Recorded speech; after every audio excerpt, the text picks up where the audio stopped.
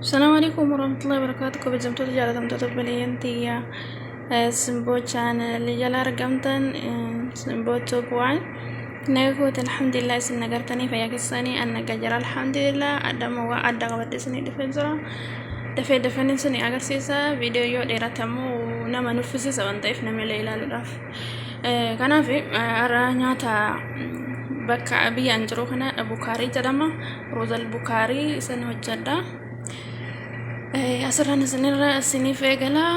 Asittammoo isa wanti isaaf na barbaachisu timaatimni jira, qullubbiin diimaan jira, dinnichi jira, kaarotni jira.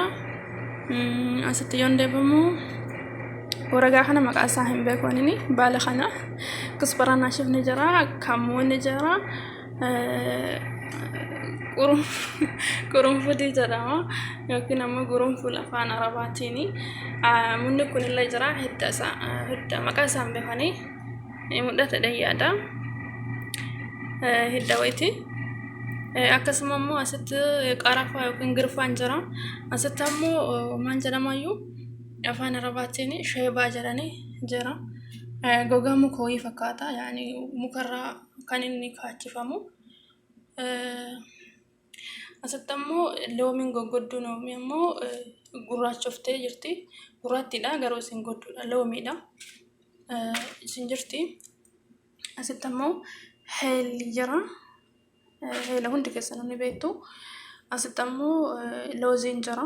Looziillee hundi keessan ni beektu jedha yaada. Asittammoo inni kuni mokoroonni jira. Xumaaxoo yookiin salsaan jira. Maraqaa dujaajaa yookiin ammoo lukkuu jira. Soogiddi jira. Zayitiin jira. Asitti ammoo foon jira. Baradaan akka isaa ba'uuf bishaan keessa kaa'ee jira. Kana hunda na barbaachisa jechuudha. Amma isa hunda keessaa kana muradhee kan daakamus daakee yeroo hojjetuun isinii agarsiisa. Baay'ee dadhabsiisaadha nyaanni kun jechuudha.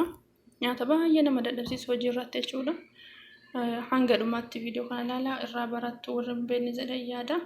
Akkuma saniin ammoo garuu baay'ee mi'aadhaallee ni dadhabsiisa haa ta'u malee. Asuma ammoo shamarran teenya warri biyya Arabaa kana booda dhufaniif immoo warri ajjiranillee tabbaahaa yookiin ammoo nyaata hojjechuu hin hojjetinaa anan isiniin jedhe. Abadan hin beeknu jedha hin hojjetinaa. Akkasitti dhiigana dhaabeenayyuu. Dhugaa dubbachuu fi asuma ijoolleen teenya warri mana Arabaa keessa nyaata hojjetan wallahi dhugumatti dandeenye of jechuufillee miti ofii kee hojjedhaa osoo hin taane meeshaa dhiqoo nyaata hojjechuun baay'ee nama sirriitti dandeettii fi obsa qabutu nyaata hojjeta jechuudha.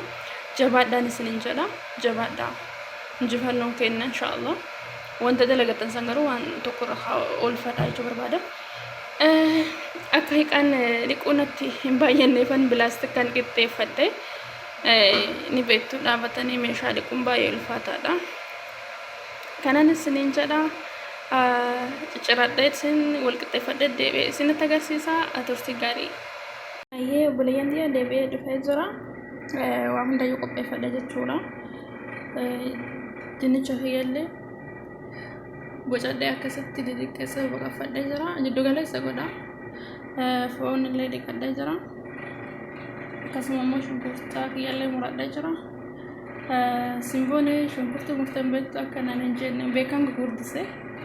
Maaliif booda irratti nan dhimbiiba waan ta'eef hin jaalalamaa waan ta'eef foolimaa fi malee waan achi keessa ruuza wajjin turuu miti. Asitti ammoo kaarota kiyyallee daakkadhee jira. Mi'eessituu duratti isinitti mul'isaniin bakka takka naqee miicaa jira. Miicamuu qaba waan ta'eef timaatima kiyyallee daakkadhee jira. Guddisee daakee akka dhamaa hin fedhanne jechuudha hin bulleessine. Dhuma booda irratti itti buusa jechuudha timaatima. Amma akkatti buusu shunkurtii fi yookiin qullubbii diimaa fi foon qofa jechuudha. Amma shunkurtaa fayyadamee bilcheeffadha jechuudha. Na faana tura. Hayyee laxmaan kiyya bilchaachuutti jira. Kaameratti mul'isu viidiyoo kaanessa irraa walqinaan jechuudha. Asumaan mokoroonicha illee affeelu jira. achiin ammoo shorbaa hojjechuu jira. Hadha biiroo keessa jira. Biiroo keessan walaayyuu. Kanan isinin jedha inni kun amma dhumarra gaheera. Foon waan ta'eef yeroo baay'ee yeroo dheeraa fudhata. Sa'a tokko walakkaa akkas ni fudhata. Maaliif distichi kun distii foonii waan hin taaneef jechuudha. As keessaa baasee nan dhimbiiba. Oguu dhimbiibee jedhe immoo oguu roozatti buusu walitti dachaanaan isinin jedha. Isinin himeera. Nyaanni kun hedduu ulfaata. Horii beektanii yeroo dheeraas fudhata nama dadhabsiisa jechuudha. Akkasuma immoo asitti ammoo looza affeelee jira yookiin ammoo danfisee jira. Loozii gogaa isaarraa baasuu qaba dirqama waan ta'eef. Kanan isinin jedha nafaanuma tura hin ifatina. Obboleeyyan xiyyaa asitti ammoo dhimbiibee fidee jira. Distii kan biraa jijjiirra. As ammoo waa hundumaan itti buusa. Bishaan dhimbiibee jira. Mudhata dhayyaadha.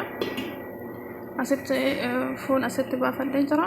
Isin mudhachuu baate hin beekan garuu ruuza illee dhiqee fidee jira. Amma wanta jiru kana hundaayyuu itti buusa jechuudha. Ruuzaa fi laxmaa dura itti buusa jechuudha. Jujjara yookiin immoo kaarota qopheeffadhee jira. Isa asitti buusa. Akkasuma immoo timaatima illee itti buusa. Loomii gogogaa illee itti buusa. Akkasuma dinnicha illee itti buusa jechuudha. Egas waliin dhufna jechuudha. Takka na hafuuru nanniisa jechuudha. Sana booda laxmatti kaaya. Achi booda salsasitti godha. Booda dhumarratti roozatti godha jechuudha. Nama wajjin tura. Obboleeyyan xiyyaa dhumarra geessufanii dhumarra gahee jira ammoo maal godhessitanii asitti isinii ibsine bishaan dhimbiibee jira. Shunkurtii illee buhaaraa ta'u gurguddaa sanii mukkeen keessaa guuree jira. Loomii gogogaa yookiin goraatii tana qofa dhiisee akkasumas qarafaas dhiisee jira. Sanii ala waa hundumaa keessa yaasee jira. Asitti bishaan eega dhimbiibee booda bishaanitti timaatima nan buuse, dinnicha nan buuse, kamuuna fi kusbara naashifallee nan buuse, salsaallee itti buuse, laxmaallee itti buuse, amma ruuzan na hafe jechuudha. Soogdallee laaltanii dhandhamtanii itti dabalatan jechuudha bishaan kanatti. Maaliif namoonni baay'een keessaa hin baasanii garuu maatiin kan waan hin feeneef jechuudha. Keessaa qocaa mukkiin san wanni xixiqqoo sanii fa'aa qurunfudii fa'aa xiqqoo nama ulfaata yeroo nyaatan jechuudha. Kanaaf warreen fedhanii ani keessaa dhimbiibee bishaan nama qofa jalaa fudhadhee wanta barbaachisoo ta'an immoo irraa fudhadhee jechuudha. Amma ruuzatti nu buusuu fi ruuzatti eegatti buusee ibidda xiqqeesseetiin dhiisaa suuta jedhee bilchaata jechuudha. Amma dinnichi iduuna jalaa bilchaatee hin caccabini. Ruuzatti buufadha. Kana booda kan itti aanu garumaa dhiyeessuutti deemna jechuudha. Kanaaf nafaanumaan tura adisiniin jedha. Haala kanaan dhiyaatee jira. Geessinee xumurree jira.